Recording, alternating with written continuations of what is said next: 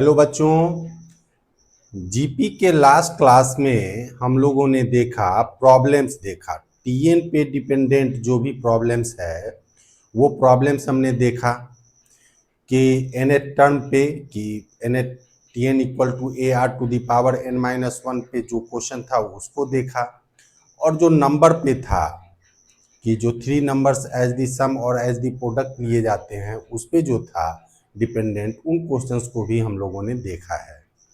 मैंने बतलाया था कि वो खत्म हो जाने के बाद हम लोग sum of n terms of a GP की बात करेंगे। तो आज अभी हम लोग sum of n terms of a GP की ही बात करेंगे, है ना। तो आइए sum of n terms of a GP को देखते हैं। उससे पहले थोड़ा रिकॉल करिए कि अगर ए हो फर्स्ट टर्म और आर हो कॉमन रेशियो तो किसी जीपी के टर्म्स क्या क्या होंगे। तो a r square, a r cube, a r four, a r five up to so on a r to the power n minus one, जिसको एन टर्म कहते हैं। नहीं तो आइए देखते हैं कि कैसे sum of n terms of a GP के लिए फॉर्मूला हम लोग डिराइव कर सकते हैं, है ना। आइए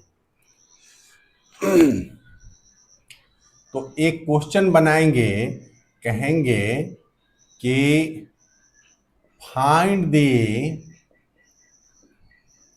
n terms, find the sum of n terms of a GP।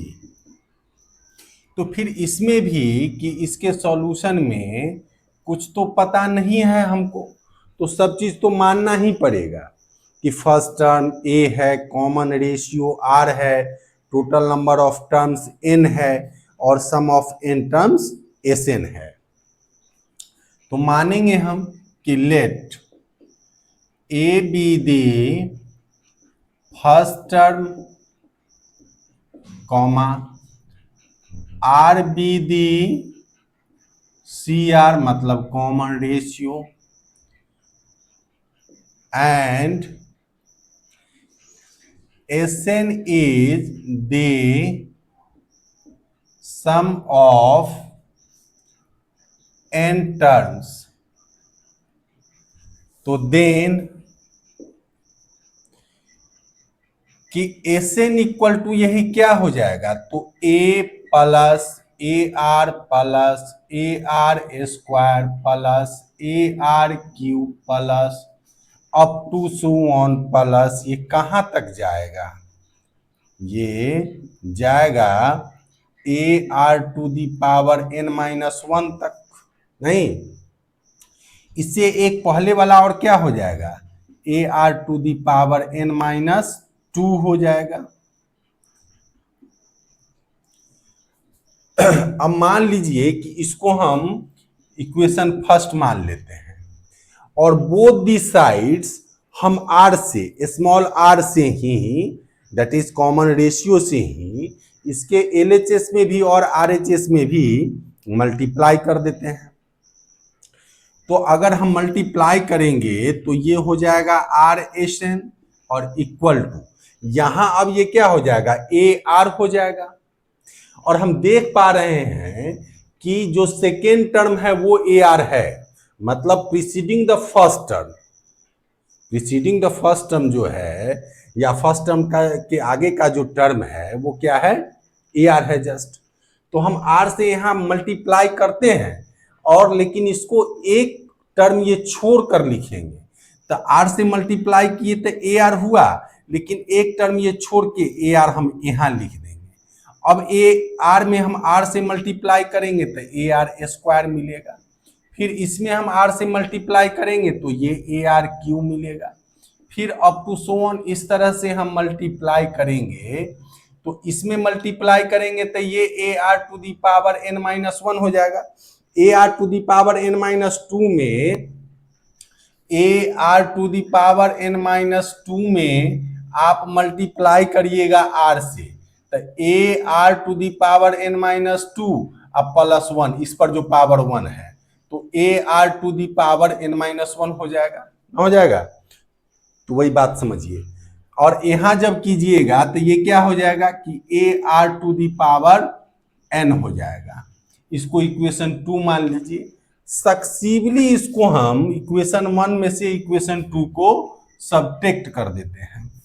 तो सब्ट्रैक्ट करेंगे, सब्ट्रैक्ट किया, सक्सीवली हम सब्ट्रैक्ट कर रहे हैं, तो सब जो सिमिलर टर्म है वह वैनिश हो जाएगा, कट जाएगा। A r square, a r square, a r cube, a r Q. इसी तरह से यह ए आर पर पावर एन माइनस 2 भी यहाँ कट जाता है, और ए आर पर पावर एन माइनस 1 इससे कट जाएगा। तो बचा क्या, यहाँ ध्यान दीजिएगा कि S n minus r s n equal to a minus a r to the power n. अब यहाँ एस एन कॉमन ले लेंगे तो 1 माइनस आर इक्वल टू यहाँ ए कॉमन ले लेंगे तो 1 minus r to the power n. तो therefore S n equal to a into 1 minus r to the power n और बाय 1 माइनस आर। इसका प्रयोग हमने बताया था लास्ट वीडियो में कि कब करेंगे, जब आर का न्यूमरिक वैल्यू 1 से छोटा होगा। अब इसके नॉमिनेटर में भी या डिनोमिनेटर में भी अगर माइनस साइन से मल्टीप्लाई कर दें, नॉमिनेटर में भी और डिनोमिनेटर में भी, दोनों में अगर माइनस साइन से हम मल्टीप्लाई कर दें तो एस एन इक्वल टू क्या हो जाएगा कि a into r to the power n minus 1 और बाई आर माइनस 1। ये कब हम यूज करेंगे, तो ये तब यूज करेंगे जब आर का न्यूमरिक वैल्यू 1 से अधिक होगा। अब जो ये फर्स्ट जो फॉर्मूला आया है, ये वाला जो फॉर्मूला आया है, ये वाला जो फॉर्मूला है, इसी से हम एक और फॉर्मूला लाएंगे एस इन्फिनिटी के लिए, बताए थे। एक चैप्टर हम लोग पढ़ेंगे 11th में, लिमिट। तो लिमिट में एक कॉन्सेप्ट होता है, अभी तो उसमें नहीं जा सकते इस वीडियो में। तो लिमिट में एक कॉन्सेप्ट होता है, इसको इक्वेशन 3 कह दीजिए। अब कहिए यहां से कि नाउ फ्रॉम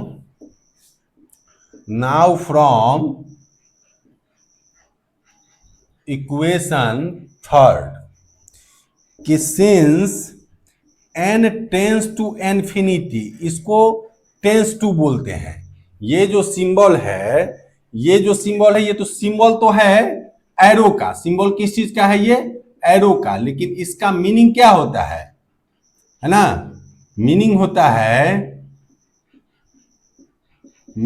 है इसका कि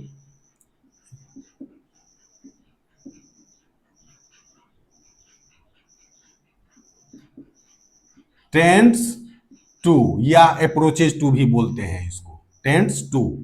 मतलब अगर दैट इज कि अगर कहीं ऐसी बात है कि x टेंड्स टू a, मतलब कि x कभी ना कभी a के बराबर हो जाएगा। इस चीज का मीनिंग समझ सकते हैं, यहां तो 1 मिनट का काम है।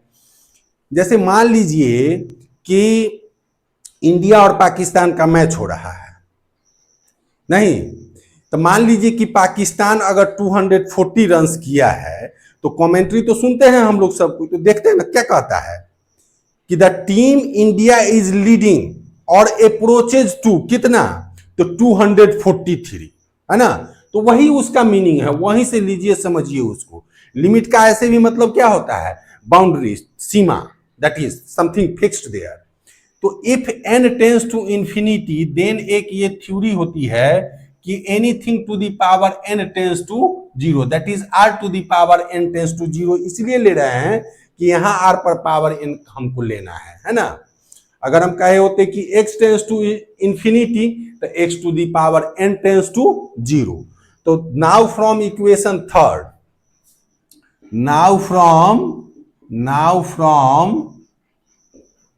इक्वेशन 3 में अब यही कि अब जब हम n equal to infinity put करेंगे तो s इंफिनिटी इक्वल टू यही फॉर्मूला आ जाएगा कि a इंटू 1 माइनस और r to the power n tends to 0, तो 0 हो जाएगा, और बाय क्या हो जाएगा, तो 1 माइनस r। तो देयरफॉर यही s infinity equal to formula होता है a by 1 minus r, a by 1 minus r। ठीक है।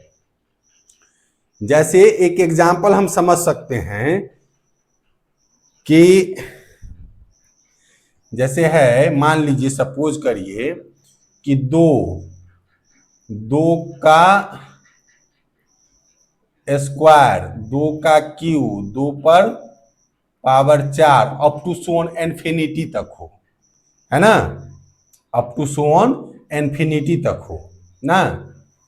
तो इस तरह से आप इसमें फॉर्मूला लगा सकते हैं, है ना, कि एस इन्फिनिटी इक्वल टू, तब क्या हो जाएगा, ये 2 जो है वह ए हो गया, इसका कॉमन रेशियो भी कितना आ जाएगा, तो 2 का स्क्वायर और बटा 2, तो कितना 2 ही आ जाएगा।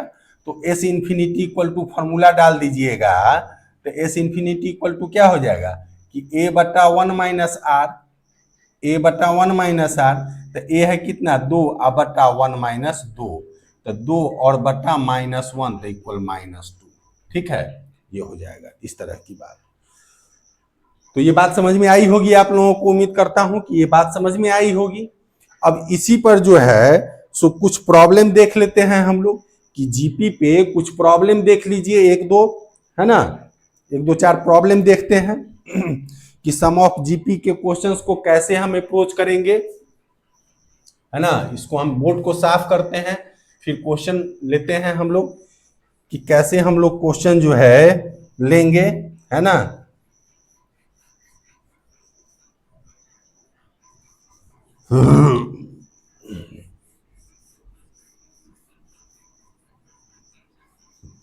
देखिए,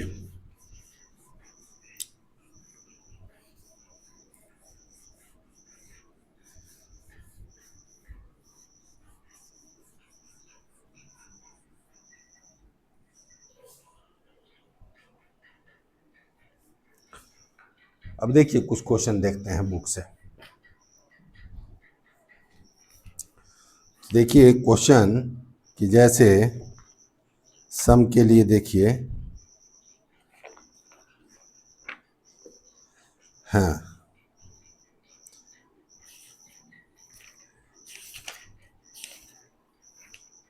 एक्सरसाइज से बता रहे हैं। जैसे शुरुआती तो कुछ नॉर्मल क्वेश्चन सभी है ना, नॉर्मल क्वेश्चन सभी शुरुआती मिलेगा आपको, है ना। जैसे मान लीजिए कोई एक ले लेते हैं कि मान लीजिए ऐसा है कि 1 2 4 8 अप टू सोन कितना 12 टर्म्स तक, एक सिंपल जो फॉर्मूला अप्रोच करना है वो क्वेश्चन, फॉर्मूला अप्रोचिंग, एकदम सम ऑफ एन टर्म्स के लिए जो फॉर्मूला हम पुट डाउन करेंगे उस पे देखिए। तो यहाँ हियर ए इक्वल टू कितना 1 और आर इक्वल टू कितना 2/1, तो इक्वल टू, फिर 4/2 तो इक्वल टू, तो देयरफॉर आर इक्वल टू कितना हो गया 2। तो फॉर्मूला कौन सा यूज करेंगे, आर ग्रेटर 1 के लिए जो बतलाए हैं वो वाला यूज करेंगे हम लोग। तो since r greater 2, therefore S n equal to क्या हो जाएगा a into r to the power n minus 1 अब बाई आर माइनस 1। तो देयरफॉर कितना था, 12 टर्म्स तक ना गया हुआ है, तो S12 निकाल दीजिए, नहीं तो S12 इक्वल टू, तो A की जगह कितना रखिएगा 1, और ये R की जगह कितना तो 2, N की जगह कितना 12 -1 और बाय ये कितना तो 2 -1। अब कैलकुलेट कर दीजिए, तो 2 टू दी पावर 12 -1 और बाय 1, तो 2 टू दी पावर देखिए कितना हो जाएगा, 2 पे पावर 10 हो जाता है, कितना 10 40, 2 दूना 4 दूना 8 दूना 16 दूना 32 दूना 64 दूना 164 दूना 128 दूना 256 दूना 512 और दूना 1024, 1024 और दूना 2040, 2040 और दूना तो 4080, है ना, 4080 और -1, तो 4080 या -1 तो कितना हो जाएगा 4079, कितना S12 इक्वल टू ना हो जाएगा, हाँ समझिए बात को।